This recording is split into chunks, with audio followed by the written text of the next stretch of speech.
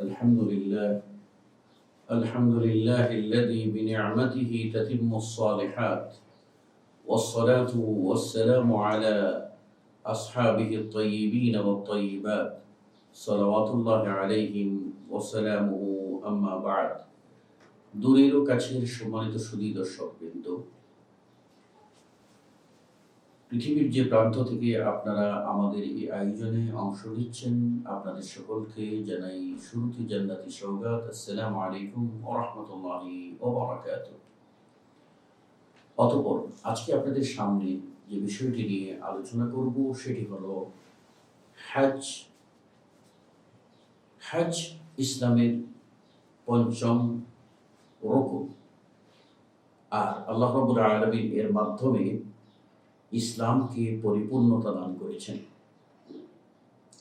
হজ এর অন্তর্নিহিত তাৎপর্য আমরা যতক্ষণ পর্যন্ত হৃদয়মনে উপলব্ধি না করতে পারব, ততক্ষণ পর্যন্ত আমরা হজ এর মূল আহ্বান এবং মূল স্পিড সেটা সম্পর্কে অবগত হতে পারব না।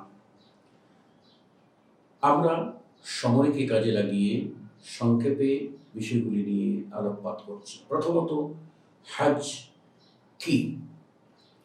আমরা জানি হজ আরবি শব্দ, আর এর প্রতিশব্দ হলো আল ইরাদা ও আল কস্ত, যাকে বলা হয় ইচ্ছা পোষণ করা বা সংকল্প করা। আমরা এও জানি যে প্রত্যেকটি এরকম শব্দের আবিধানিক অর্থ রয়েছে, যা ইতিমধ্যে আমরা অবগত হয়েছি, সাথে রয়েছে তার পারিভাষিক অর্থ।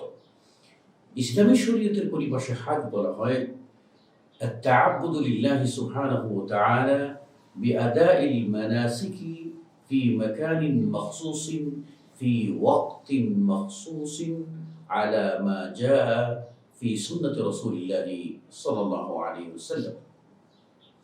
শরীয়তের পরিভাষায় হজ বলা হবে যে নির্দিষ্ট সময়ে, দিন তারিখে এবং শরীয়ত নির্ধারিত পদ্ধতিতে বিশ্বনবী মুহাম্মদ রাসূলুল্লাহ সাল্লাল্লাহু আলাইহি ওয়াসাল্লামের সুন্নাহ মোতাবিক, অর্থাৎ নির্দেশিত পদ্ধতি অনুসারে আল্লাহ রাব্বুল আলামিনের সান্নিধ্য লাভের উদ্দেশ্যে যে বিশেষ ইবাদত আঞ্জাম দেওয়া হয় তাকে হজ বলা হয়। আরো সহজ করে বলতে হয় যে শরীয়ত নির্ধারিত মাস, দিন, তারিখে শরীয়ত নির্ধারিত স্থান, যেমন বাইতুল্লাহে তওয়াফ, আরাফায় অবস্থান সহ যে মৌলিক ইবাদতগুলি প্রিয় নবী মুহাম্মদ সাল্লাল্লাহু আলাইহি ওয়াসাল্লামের বাতলানো পদ্ধতিতে আদায় করা হয়। উদ্দেশ্য হয় কেবলমাত্র আত-তাআব্বুদু লিল্লাহ, আল্লাহ সুবহানাহু ওয়া তাআলার জন্য ইবাদত নিবেদন করা, আল্লাহ সুবহানাহু ওয়া তাআলার সান্নিধ্য অর্জন করা। এই বিশেষ ইবাদতকে বলা হয় হজ।